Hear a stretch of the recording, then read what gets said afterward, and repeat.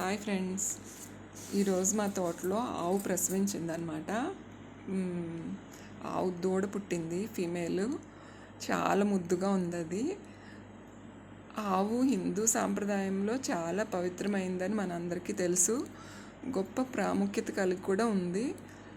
హిందూ సాంప్రదాయంలో ఆవుని గోమాత అని కూడా అంటాం కదా. గోవు నిస్వార్థంగా మనకు సేవలు అందిస్తుంది.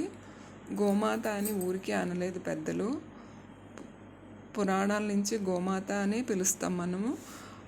అది దాని బిడ్డని చూడండి ఎంత ప్రేమగా చూసుకుంటుందో.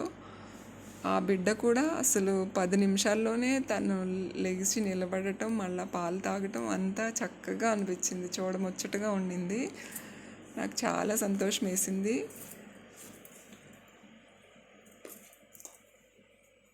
మనకు ఎంత స్వచ్ఛమైన పాలు అందిస్తుందో కదా ఆవు.